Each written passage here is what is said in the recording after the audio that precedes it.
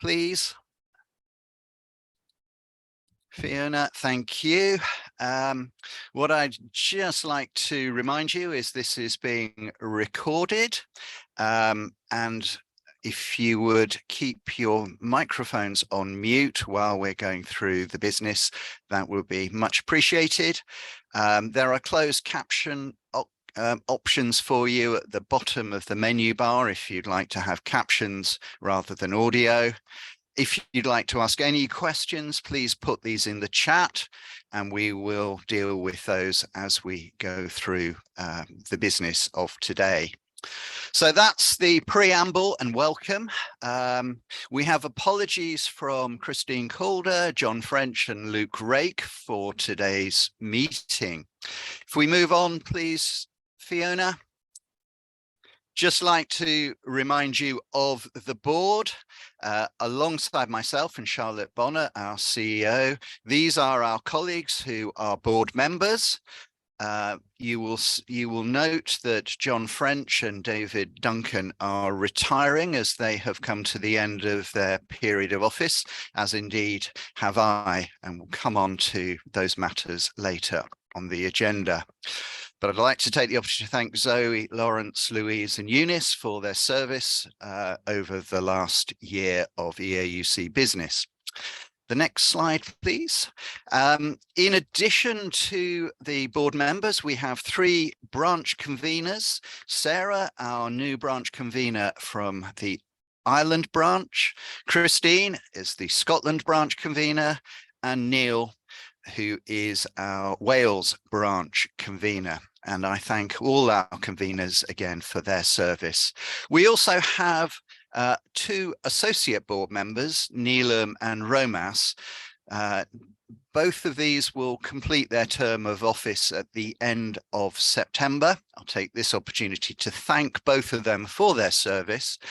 And we will be reviewing the issues of support for early career members of the or associate members of the board, and how we bring intergenerational voices into the workings of our board.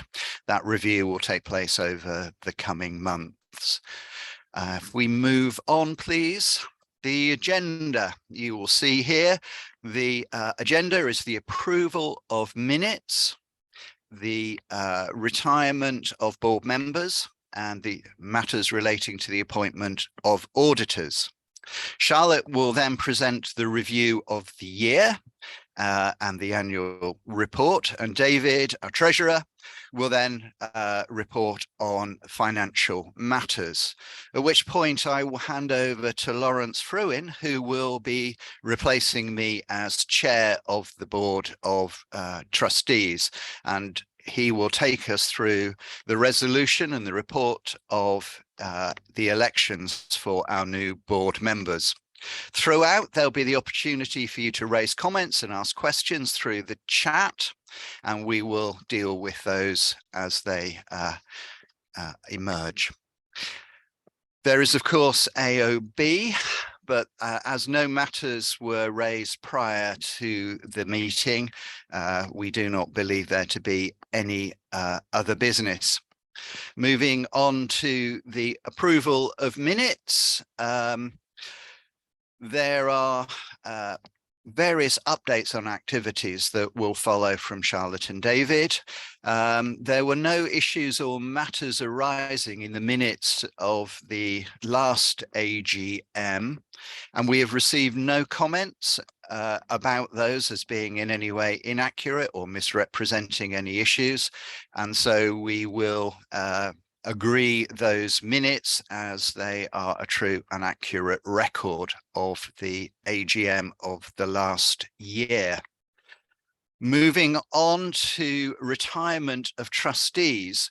During the period between AGMs, there have been retirements from the board.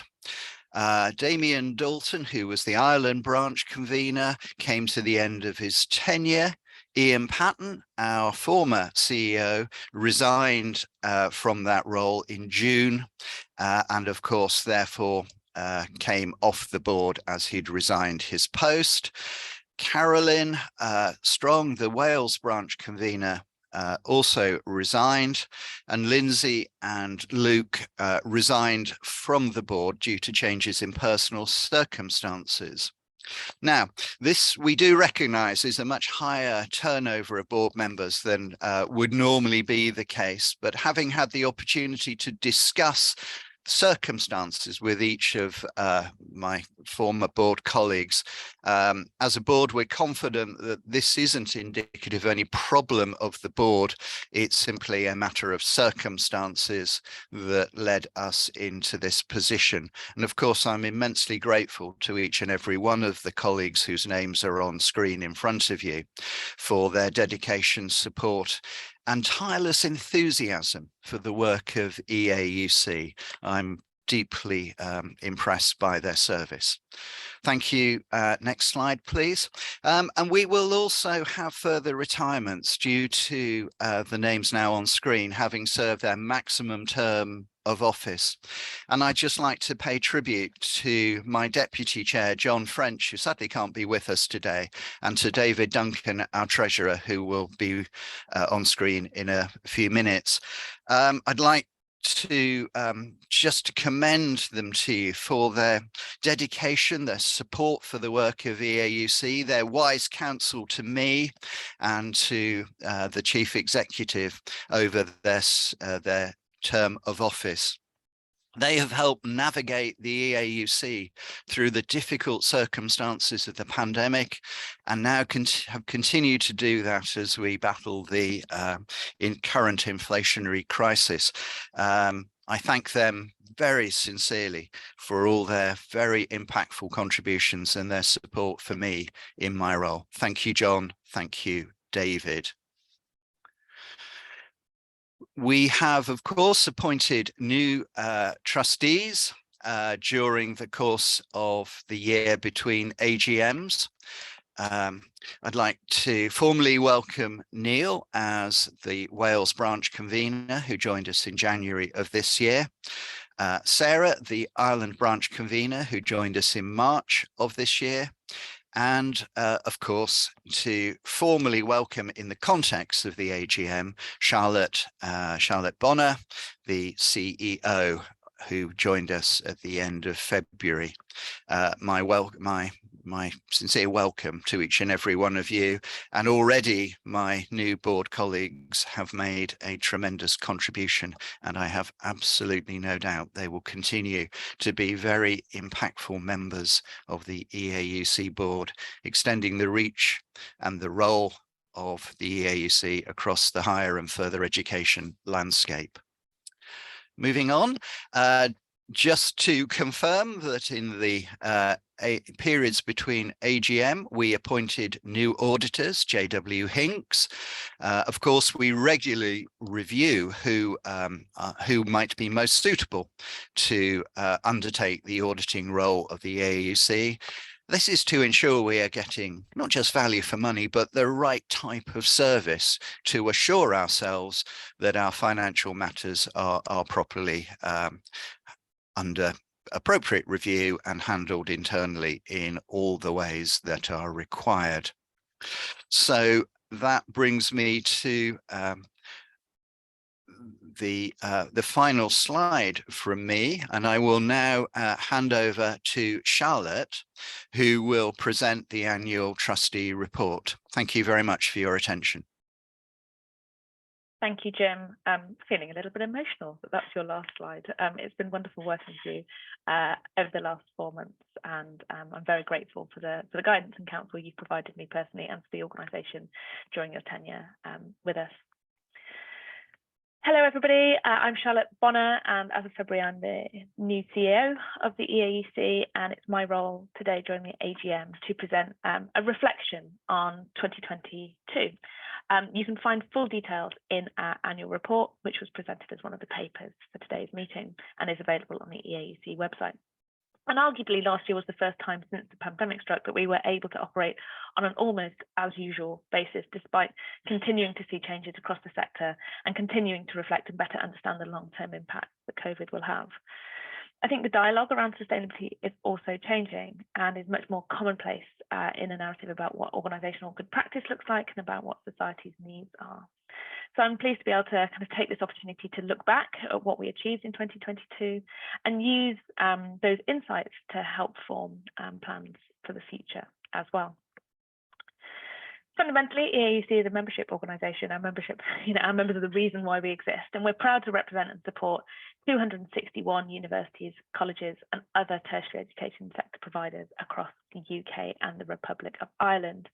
And we really believe in the kind of partnership, collaboration, and community that we can foster through that membership to make membership of the EAUC a really powerful one in terms of the support and guidance we can provide our members, but also how we collectively convene those members' voices to shape society for the better. We also have links with 196 sector bodies, sector agencies, and other organisations and strategic partners, and we share membership with 11 corporate organisations as well who align with the goals and the vision and mission of our organisations. Overall, our retention rates remain really high, 95% for educational membership. We're delighted by that. And we're pleased to last year welcome 33 new members across the year, largely from the SE and training and skills sector. So a significant welcome to those members. We continue to seek ways to enhance our membership and make sure that we're offering value for money as well as impact through the membership that we have. In 2017, we launched our last strategy, which was designed to support the challenges members were facing. And the strategy takes us through 6 steps to ensure that we transition and remain kind of a future-focused organisation. Now, this strategy came to an end last year, and we're currently working on developing our next strategy, and we'll be involving members and stakeholders throughout this process. But I want to spend the next 6 slides just reflecting on these 6 goals that we set back in 2017 and highlight the activities that we delivered last year under each goal. So firstly, we were really delighted to be part of the Queen's Platinum Jubilee Challenge in partnership with the Department for Education. And that's where we worked with numerous winners of the Queen's Anniversary Prize to develop the standardised carbon emission framework. And working with that working group, we ensured that we delivered a framework that was fit for the sector, as well as working closely with key strategic partners to help ensure the adoption of the framework far and wide across the sector. And that work continues. We announced recently a new partnership with BSI, which will probably be the next iteration of that project's development. We also launched the Universities and Colleges Land for Carbon project, which is funded by the Environment Agency's Natural Environment Investment Readiness Fund, or NERF, if you prefer. The project is utilising institutions' land to create woodland carbon credits. So making sure that we're best utilising our land for carbon sequestration that we can use for our own offsetting or that we can use to contribute towards others, whilst also enhancing biodiversity, community engagement with that land and so on and so forth. So involving both staff and students, we're really maximising the learning potential and utilising academic and scientific expertise from across our membership to benefit the sector. And we're working closely with our pilot institutions, some of whom are on the call today. It's nice to see you. And we'll share findings from that project as the work continues. Representing our members, continuing to strengthen during the year, especially with the Department for Education supporting the creation and implementation of their inaugural sustainability and climate change strategy. We've also responded to a variety of consultations with ONS, with what was BEIS, with DEFRA, with Advanced HE, and this is an area that we're continuing to give kind of due attention to in terms of how do we make sure that we're really creating or helping create a more enabling environment for our members' sustainability work. From a knowledge exchange perspective, many of you will be familiar with the Green Gown Awards and the International Green Gown Awards, which continue to showcase what actions universities and colleges are taking that are impactful and that are innovative. And we were really pleased to finally meet again at our 2022 annual conference at the University of Loughborough, where we had over 200 delegates. And we used that as an opportunity to really focus on conversations and knowledge exchange through relationships, less so on kind of formal presentations that we now know work so well in an online environment. We were also able to host the Green Gown Awards at that conference and again, to recognise what does excellence look like across our sector. And we were really pleased to recognise members from across the UK, across the Republic of Ireland, in both the further and the higher education sector at that event. We started our carbon literacy training offer back in 2021, and that's gone from strength to strength. We've had 11 fully booked training courses, 2 bespoke sessions delivered last year, and we've trained over 250 learners in over 80 institutions. We're a platinum carbon literate organisation, which means that all of our staff have been trained, and a number of us, 6 I think in total, are trained to deliver the training too. Another function of EAUC is to help kind of collectively pull together resources from across our membership to amplify the impact that those resources can have. And a number of initiatives were launched last year, which I think are particularly interesting, particularly innovative in that space, that could be game changers for how our sector operates. So the Carbon Coalition, this is an offsetting initiative for the education sector, and it's now developed a procurement framework following a successful pilot. So this is in partnership with the London University's Purchasing Consortia and the Energy Consortia on behalf of all UK purchasing consortia.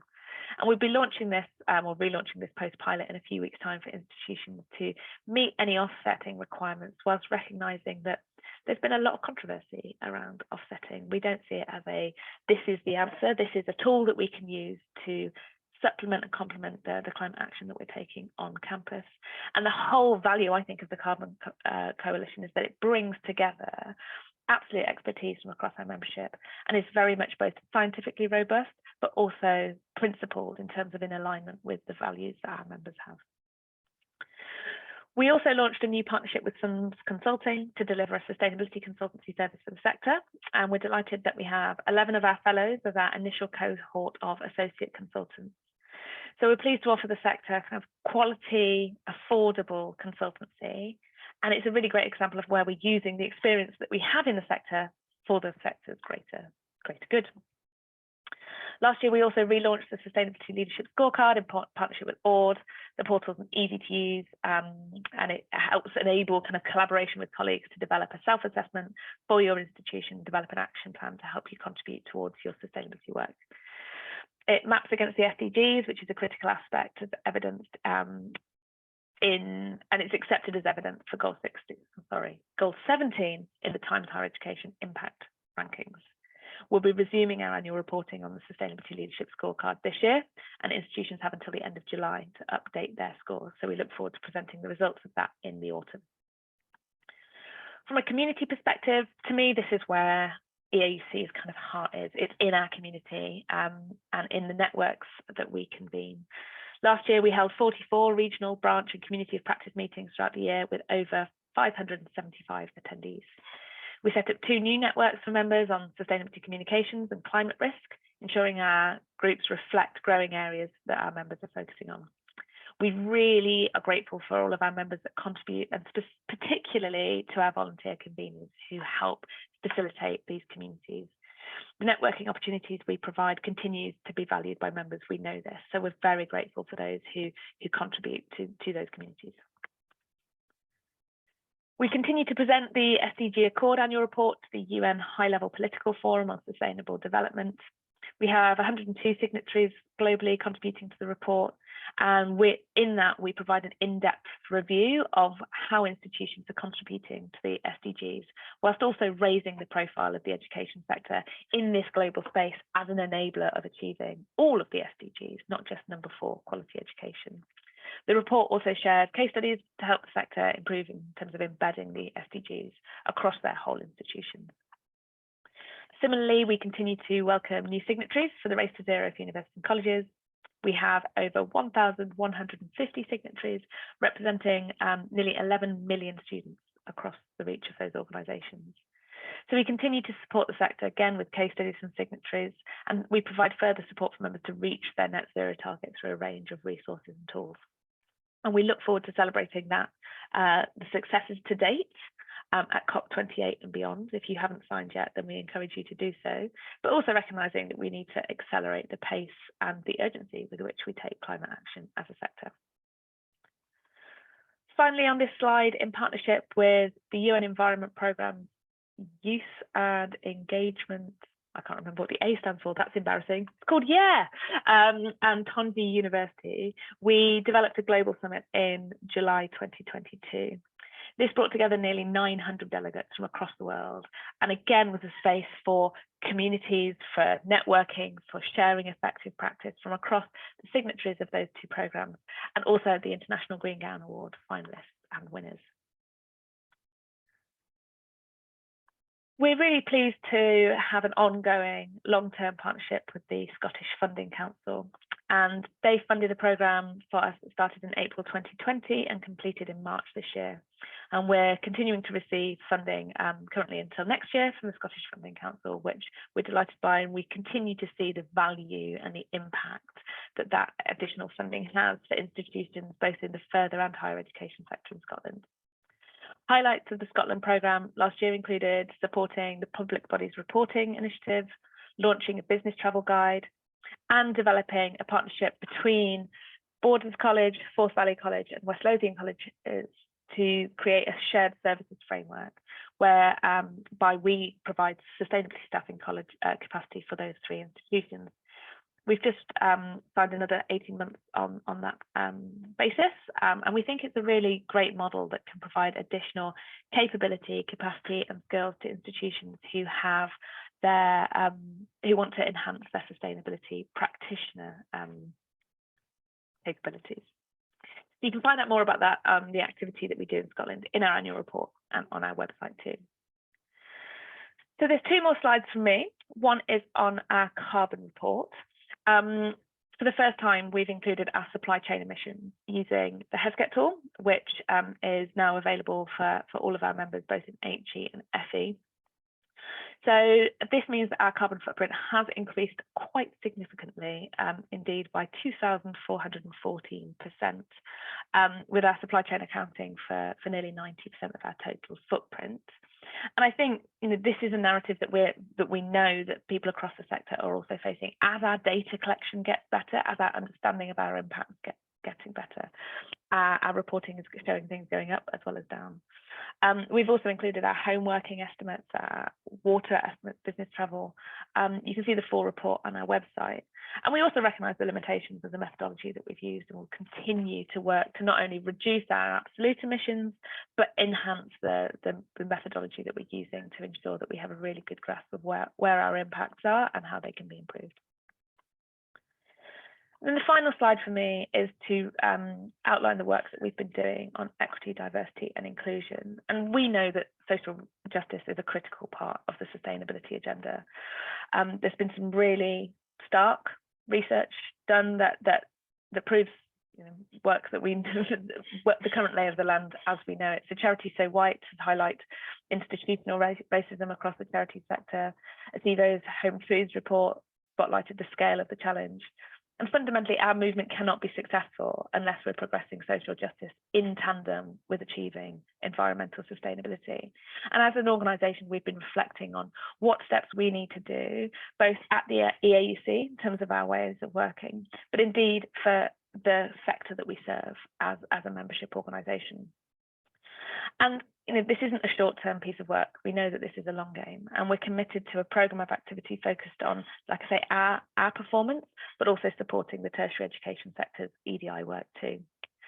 We have a working group made up of both trustees and staff members to provide support and advice and to make sure that we have a strategic approach to building a more equitable and diverse culture. And I also anticipate that as part of our new strategy that we're developing this year, we will absolutely centre this work so it becomes increasingly core to how we work and what we do. Some of the progress that we made last year, we created a fair work and pay commitment. We've become a disability confident employer.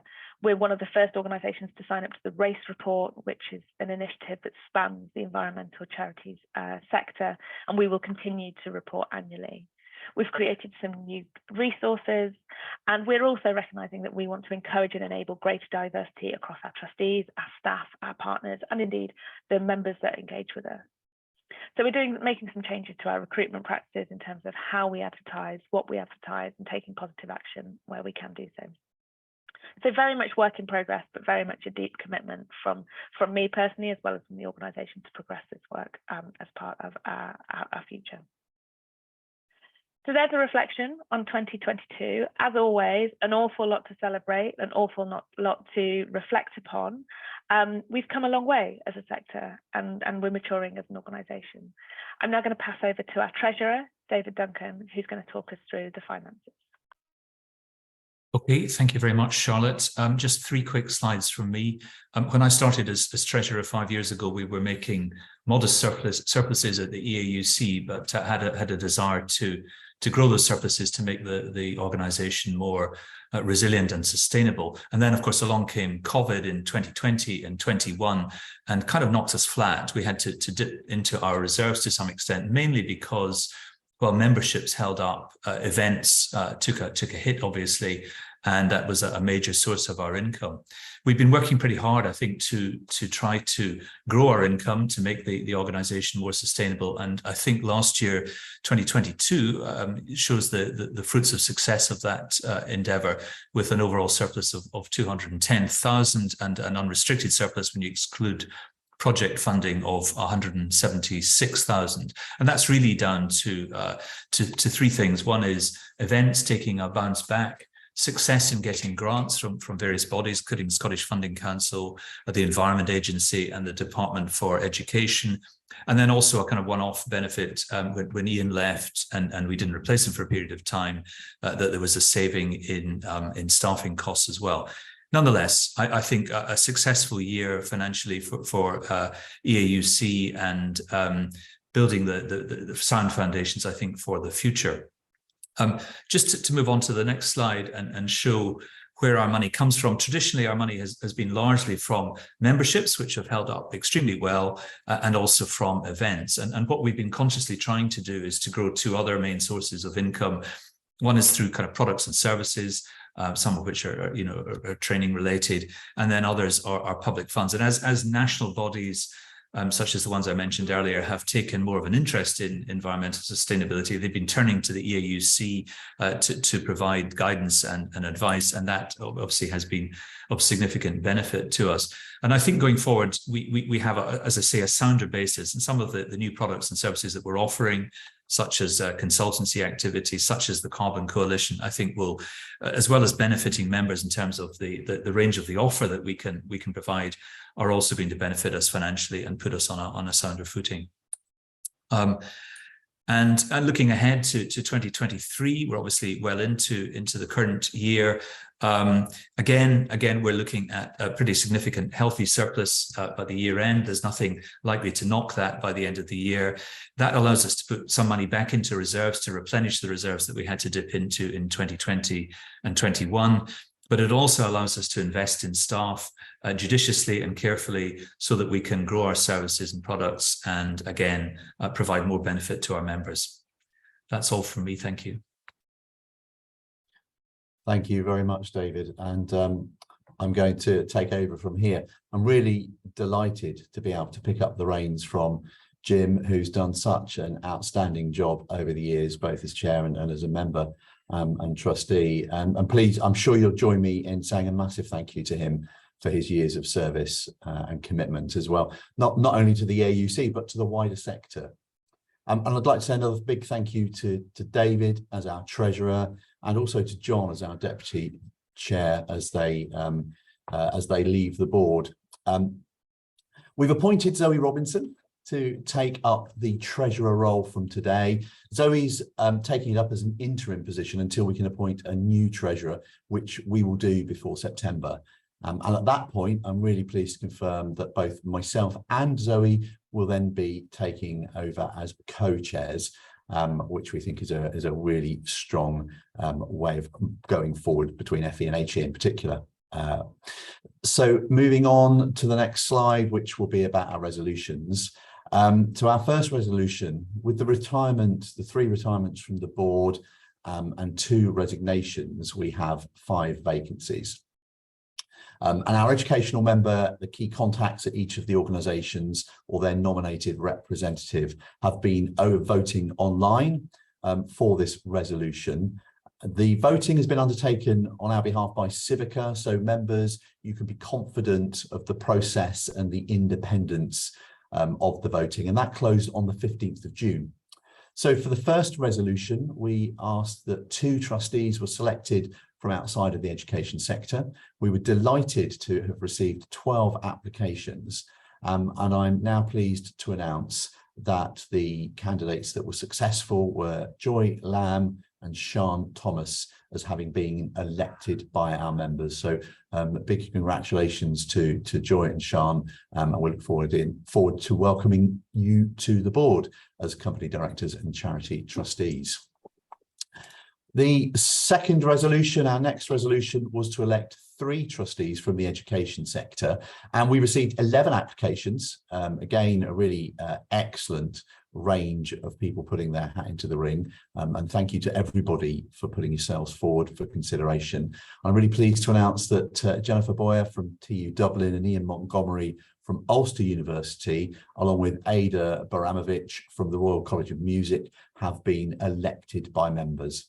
The board did recommend to members to elect at least 1 trustee director from further education so that we can keep our balance on the board of FE and HE. Unfortunately, that didn't happen, and those elected have all been from higher education, but we will ensure that the voice of further education remains high on the board.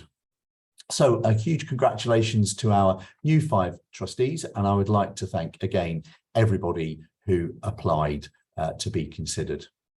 So we're drawing to the end of the formal AGM. Thank you everyone for attending. But before we go, I just want to give anybody the opportunity to ask any questions. And if you do have any, please use the chat box function, or raise your hand and unmute yourself to ask a question. So I'll just pause for a few moments, see if there are any questions.